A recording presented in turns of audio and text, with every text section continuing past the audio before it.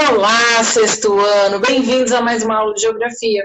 Eu sou a professora Priscila e nessa aula nós vamos fazer a resolução de exercícios do seu livro didático sobre as formações vegetais da Terra. Algumas delas foram apresentadas na videoaula. Beleza, pessoal? Pega então o seu livro didático, o lápis e a borracha e me acompanhe. Então, no seu livro didático, página 8, observe o mapa das formações vegetais mundiais, disponível na página 1 do seu material de apoio. Você dá uma paradinha, pega lá o mapa e vamos lá.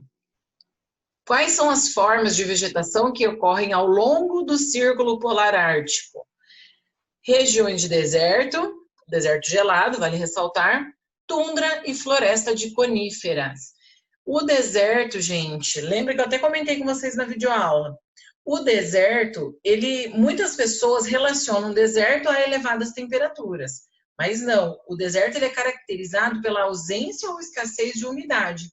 Então, existe o deserto quente, como por exemplo o deserto do Saara, mas também os desertos gelados nas regiões polares, com baixo índice de umidade do ar. Qual é a forma da vegetação mais comum? Qual é a forma de vegetação comum entre o Brasil, na América do Sul, e a República do Congo, e também lá na Indonésia? Lembra? A latitude, eu falei isso com vocês, né? A latitude influencia o mesmo tipo climático e, por sua vez, influencia a formação vegetal.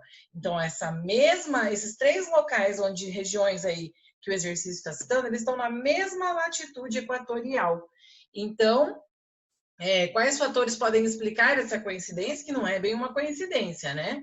Então, as florestas equatoriais e tropicais, todos esses países se localizam em latitudes próximas à linha do Equador.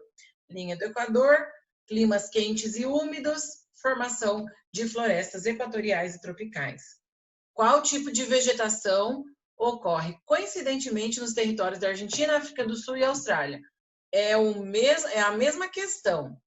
Pradarias, estepes e desertos. Os países também apresentam formações vegetais mistas, porque não é somente o clima que influencia na formação vegetal. O tipo de solo, o relevo, enfim, tem outras características que também influenciam. Analisando sua resposta anterior, é possível perceber alguma conexão entre a latitude e a localização das formações vegetais? Sim, a latitude define as zonas térmicas e, consequentemente, a vegetação. A tundra e a taiga são vegetações de áreas frias, ao passo que as florestas tropicais e as savanas são vegetações de áreas quentes. Chame atenção para as vegetações de altitude e questione alunos sobre... Então, sobre a vegetação de altitude, né, lembra que eu conversei com vocês? No mesmo local, de um mesmo tipo climático, porém um relevo mais alto. À medida que a temperatura e a umidade, à medida que a altitude aumenta, a temperatura e a umidade diminuem. Então, as formações vegetais do pé do morro é diferente lá do topo do morro ou da montanha.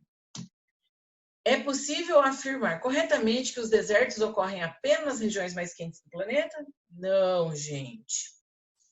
Existem vários desertos fora da zona tropical. Os desertos não necessariamente são calor, mas sim falta de umidade, como eu já havia dito a vocês. Na página 10 do livro didático, após a leitura da reportagem, que tem lá sobre uma região lá do Alasca, né, a líder da Assembleia de Kivalina diz que as tribos indígenas do Alasca estão pagando o preço por um problema que não criaram. As afirmações de que as tribos estão pagando por algo que não cometeram está correta? A questão é a seguinte, gente. O aquecimento global que vem acontecendo e gerando o derretimento das geleiras lá na região do Alasca está relacionado a várias ações e atividades humanas que acontecem pelo planeta e não necessariamente lá no Alasca, que nem industrializado é. O aumento das áreas de degelo e do tempo em que a camada de gelo permanece descongelada pode, consequentemente, aumentar a ocorrência da tundra? Sim, mesmo em algumas áreas do nível do mar, mesmo que em algumas áreas o nível do mar aumente e cubra o solo, a expansão da área da tundra ocorreria em consequência do aumento da área de solo exposto. Lembra que a tundra ela se desenvolve quando tem o degelo.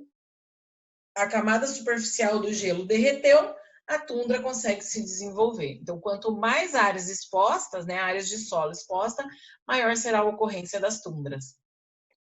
Na página 14, escreva as formas de vegetação predominante nos quadros do esquema a seguir e depois associe as formas de vegetação e as respectivas zonas térmicas de predomínio.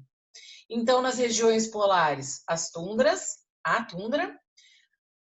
Na região de zona térmica temperada, a floresta temperada, que é aquela de folhagem amarelada, marrom, laranja, né, que são caducifólias. E na região tropical, as florestas tropicais e equatoriais, beleza? Floresta abundante, lugar de calor e umidade. Quais vegetações estudadas não podem ser associadas corretamente a uma zona térmica específica? As vegetações de altitude e os desertos, porque são duas formações vegetais que são formadas devido a outros fatores, certo? E não a latitude. Lembra que eu falei para vocês? A vegetação de altitude está ali no mesmo lugar, de mesmo tipo climático, só que as condições do clima do pé da montanha e o topo da montanha são muito diferentes. A altitude é maior, a temperatura e a umidade é menor. Então, vai gradativamente mudando conforme aumenta a altitude. E os desertos também. O deserto ele pode ser causado, um dos fatores, né, que é responsável pela formação dos desertos são relevos, né, que impede que massas de ar úmida adentrem aquelas regiões. E é isso aí. Beleza, galera? Espero ter contribuído para o seu conhecimento e até a próxima.